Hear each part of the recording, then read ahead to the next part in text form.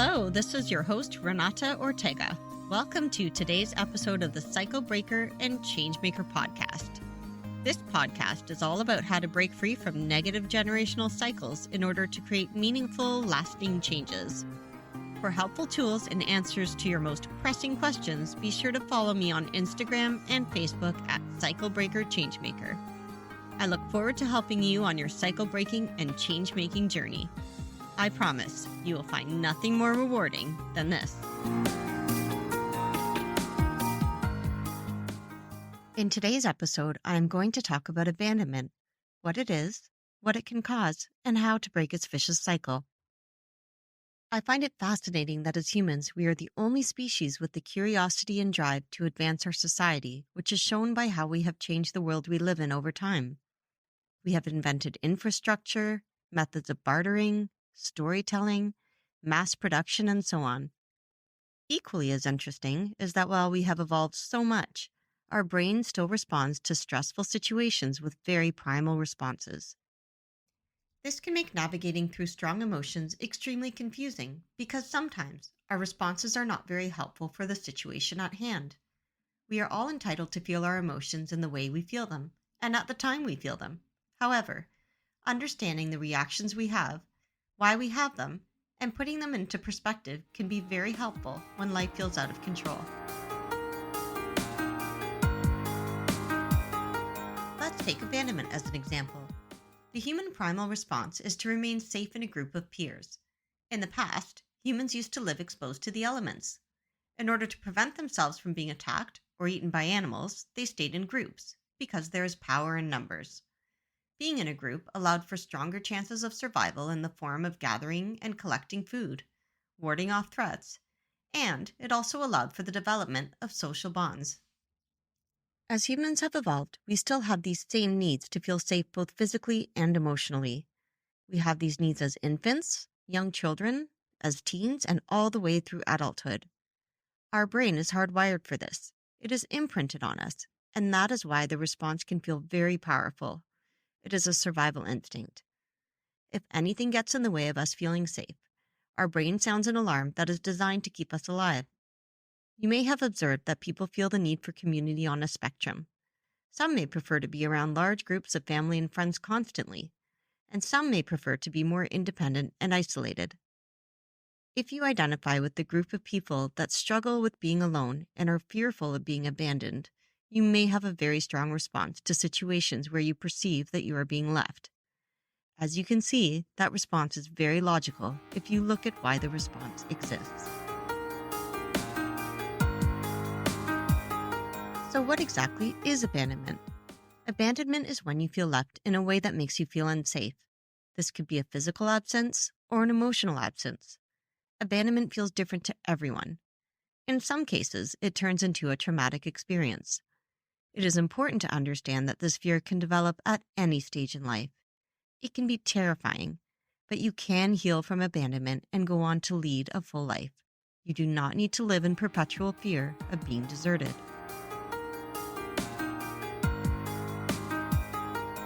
I'm going to share some examples of abandonment or situations that contribute to the feelings of abandonment.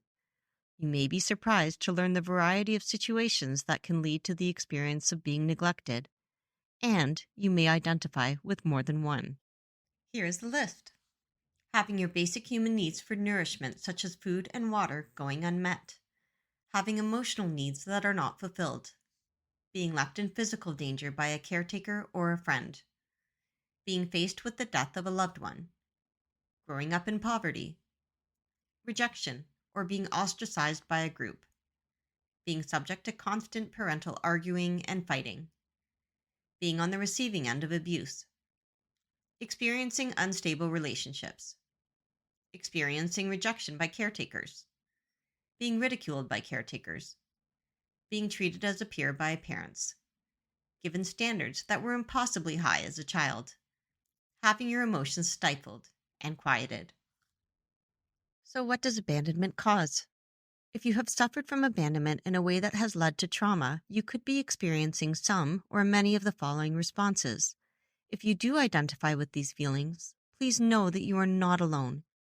These are known and appropriate responses to what has happened to you. You can heal from this and develop a more helpful response over time. Here's the list: lifelong struggles with physical and mental health and academics, significant negative impacts on quality of life, mental health disorders, separation anxiety, panic attacks, experiencing anxiety and distress when separated from a loved one, lack of ability to trust others, trouble establishing boundaries in a relationship, a feeling of being in a constant state of distress, such as anguish or suffering, a strong reaction of hurt or anger towards criticism or feedback, relationship insecurity, low self-esteem and feelings of worthlessness. You may be perceived as needy or clingy. You may have the desire to have a lot of control over others and over situations. Perhaps you go to extreme lengths to preserve a relationship, even if it is not a healthy one. You could also be experiencing social withdrawal, fear, irritability, and/or sadness with social interactions. You could also be experiencing comfort indifference, which means not being able to receive comfort from others. You may have a general sense of lack of trust.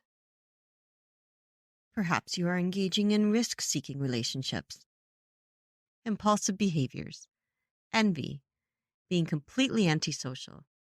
Perhaps you feel very safe with complete strangers and are practicing impulsive and risky behaviors.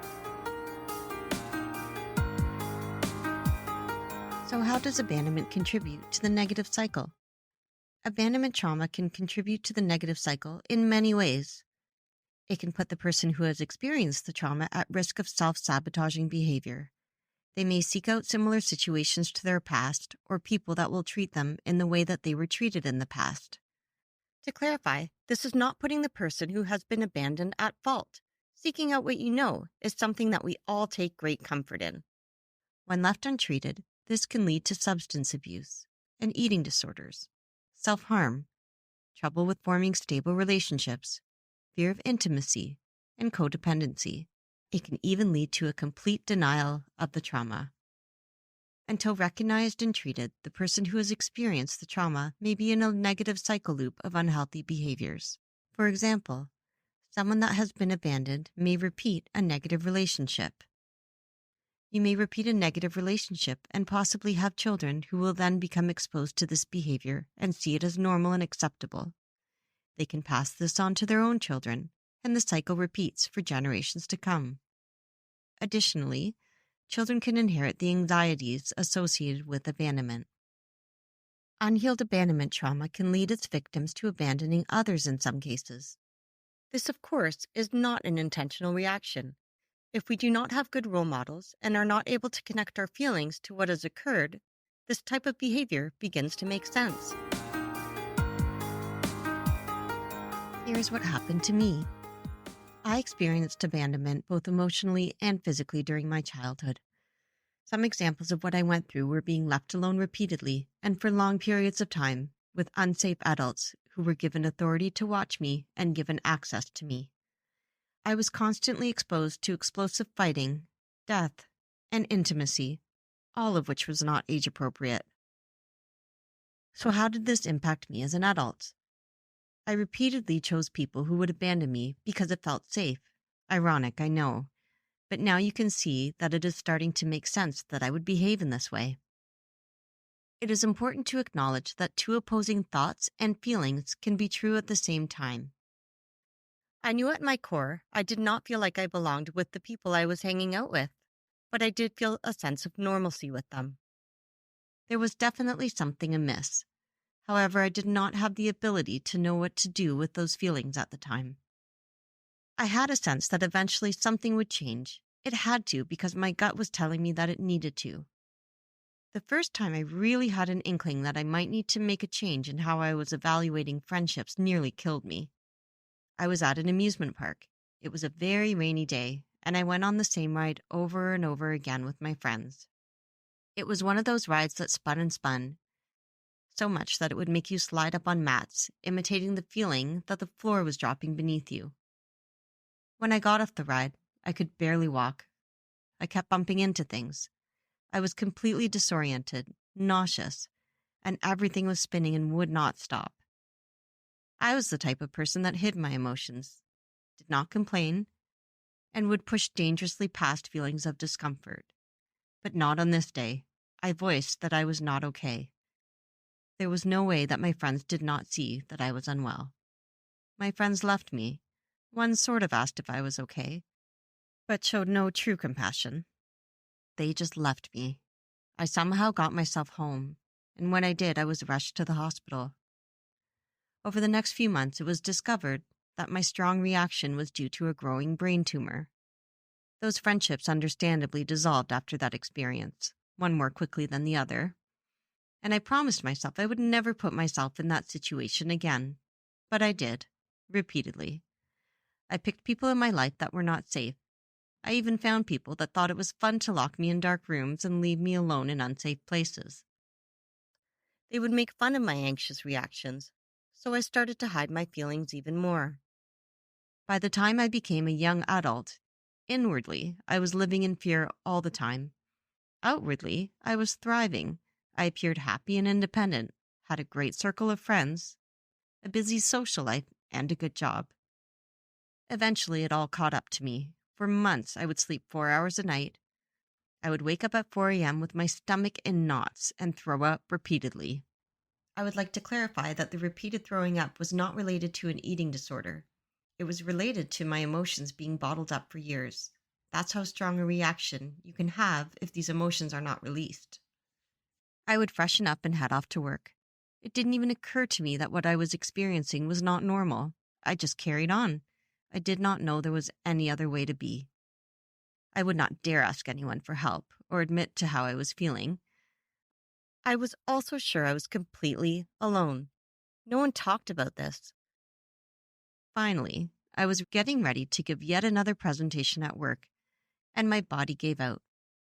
I went home and called my doctor, who reassured me that I was not alone. I was dealing with crippling anxiety. That was the biggest gift I was given, a name for what I was going through, and a sense of community. There is strength in numbers, even when you are having a hard time or suffering. So what have I done to break this cycle? If any of this has resonated with you to the point that you feel that you could be experiencing the fear of abandonment, it could be a sign that you have abandonment trauma. The good news is that we know a lot more about this subject than we used to, and there are many people like me who are very open to talking about their experiences and actively trying to help others who are going through something similar. Before we go on to the steps that I recommend you take, please be kind to yourself. I really mean that. One of the favorite pieces of advice I've ever heard was to treat yourself as if you were your best friend. You would not be impatient or unkind with your best friend if you knew they were processing trauma. So please, treat yourself with the same kindness. Step 1. Start to get the information out of your mind. The feelings, the facts, the timelines. Write it down on a piece of paper, in a journal, even on a Word document. Dictate it into a recording. Discuss what happened to you. How did it make you feel then? If this is available to you, you might want to review what you remember with safe people that were there during your experience. For example, siblings or friends that were around at the time. Any trusted peer. But sometimes it is just so unfathomable that it can be hard to admit it is true. This is where external validation can help. If this is not available to you, do not worry. It does not have to be for you to make progress. If you are going to review your story with someone, please make sure you choose someone that you trust, not someone that will deny your past. If you're having trouble finding words to express your trauma, you can use art. Use lines. Paint with colors. Sculpt with clay. This process is all about you getting what's inside out so that you can see the thoughts and feelings from a different perspective. Take the time you need for this. If it feels like too much, back off and come back to it later when you feel stronger. first time that I expressed myself with words was by working with a therapist and sharing my experiences. The therapist helped me learn about anxiety, which before speaking with her, I had no idea existed, and I did not understand that my past could be impacting my present state. I learned that what I had experienced had left a lasting mark on me, and I have also learned over the years that I cannot keep everything inside. It builds pressure and can feel explosive when it is not released. When I was able to get the thoughts and feelings and experiences out of my mind, I could see them for what they were, thoughts and feelings. This gave them much less power. I began to understand that something that had happened to me in the past was impacting my present, and I was able to start to move forward on why that was happening. This process also allowed me to find others that have been through similar experiences, which is unbelievably healing. Knowing that you are not alone reaffirms your safety, which, as I have shared earlier, is such a primal need. Step 2. Review and evaluate what has occurred to you and how it could be contributing to your experience now. For example, let's say when you're listening to this podcast or reading an article about abandonment trauma. When a concept clicks and it makes sense and feels relatable, highlight it, put a big check mark on it, or write down, "This makes sense. This has been my experience. This happened to me." I practice this regularly. When I read a book or an article about someone who has experienced something traumatizing and they explain the result, I do this. It validates my experience. It makes the experience feel less big and less scary, and it helps me connect with the author, even if they have no idea that I am connecting with them. And that connection, that's what helps me immensely. Step 3. Write yourself a watch list. Red flags to watch out for in others that you are letting into your life. Hold yourself accountable to this list and consider having an accountability buddy. Do not hurry. Take relationships slowly. Let the person that you are considering letting into your life know that you need time. It's a good sign if the person does not push you for details. They should be understanding and go at your pace. Step 4. Set expectations and do not rush.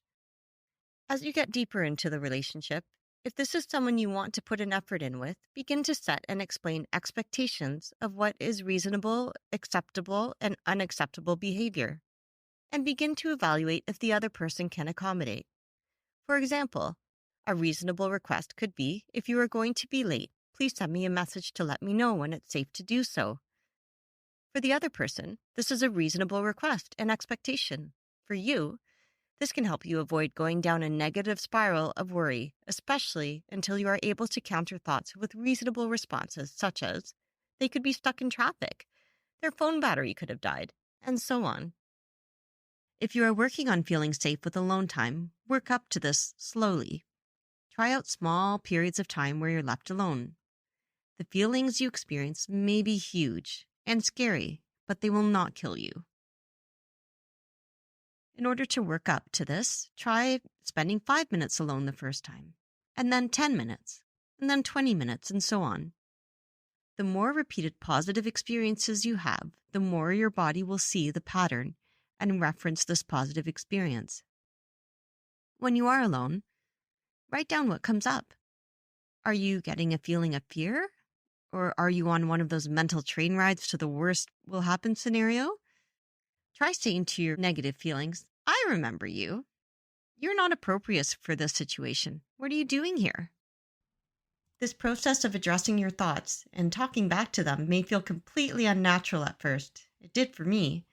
But over time, it gets easier and it becomes very effective.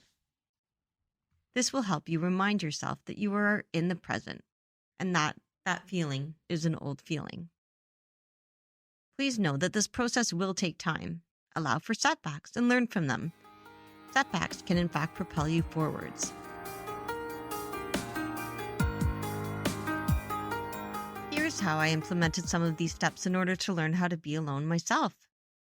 I was so traumatized from my past that I dreaded being alone, and it took up so much mental space. I would worry about being alone weeks before a date where I knew that I would need to be by myself. I would avoid it and make tons of plans and backup plans, sometimes even double booking myself so that I would avoid being alone. Each time I was actually left alone, I would be terrified, fearful, and so sad. I had to expose myself to the experience of being alone little by little so that I could learn that I could survive the thoughts and feelings, which again were only thoughts and feelings. I would start by letting myself experience being alone with a comforting or fun distraction, warm tea, soft blankets, and a TV show that would allow me escapism. It took several months, but allowing myself to experience the feelings and know that I could survive them gave me immeasurable strength. It did not take long for me to realize how far I had actually come. Now, believe it or not, I relish solitude. It gives me so much mental peace. Now, this is a place I know you can also get to. Thank you for listening to today's episode of Cycle Breaker and Changemaker. I would love to hear from you and to receive your feedback. Remember, you can reach me on Instagram or Facebook at Cycle Breaker Changemaker. Please rate, review, and subscribe wherever you get your podcasts in order to help me continue to help you. I am looking forward to having you join me for the next episode. Until then, please take care.